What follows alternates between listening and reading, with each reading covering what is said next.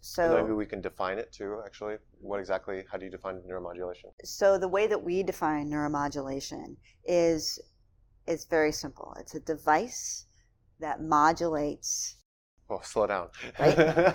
I know, slow down. Hang on a second. That's revolutionary, right? So it needs to modulate something within the human nervous system.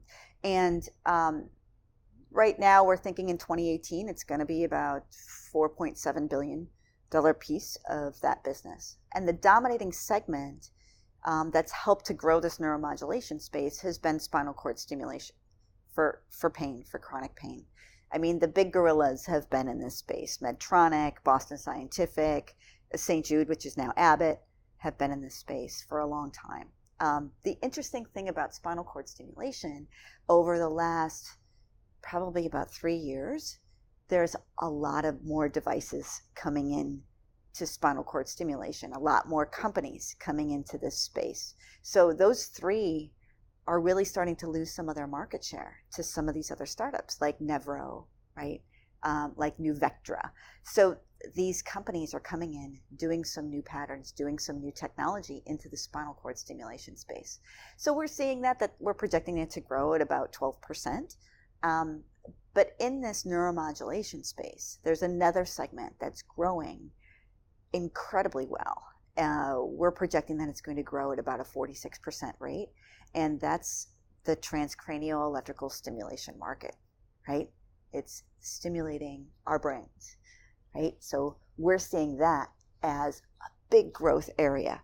Why? Why do we think it's going to be a big growth area? Well, we think there's two things that go on here.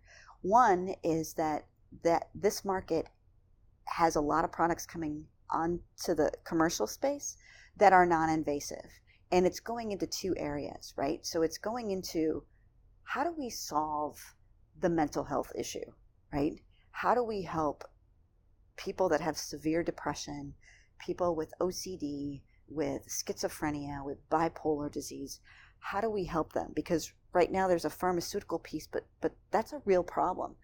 And potentially transcranial electrical stimulation might be able to help with that. Anxiety, sleep disorders. I mean, there's a lot there, right? How do we help solve that? The other piece of that is the human performance piece, right? So we've seen some companies come on the market that are stimulating the brain to help our human performance, to help us in sports, to help us in terms of grades. You go on Reddit today, they have a whole way of how you can create your own transcranial stimulator just by some parts you can get at Home Depot, which is a little scary. That is. Really scary. But the devices that are coming onto the market really have some viability, and they're getting some traction, and they're starting to sell direct to consumer.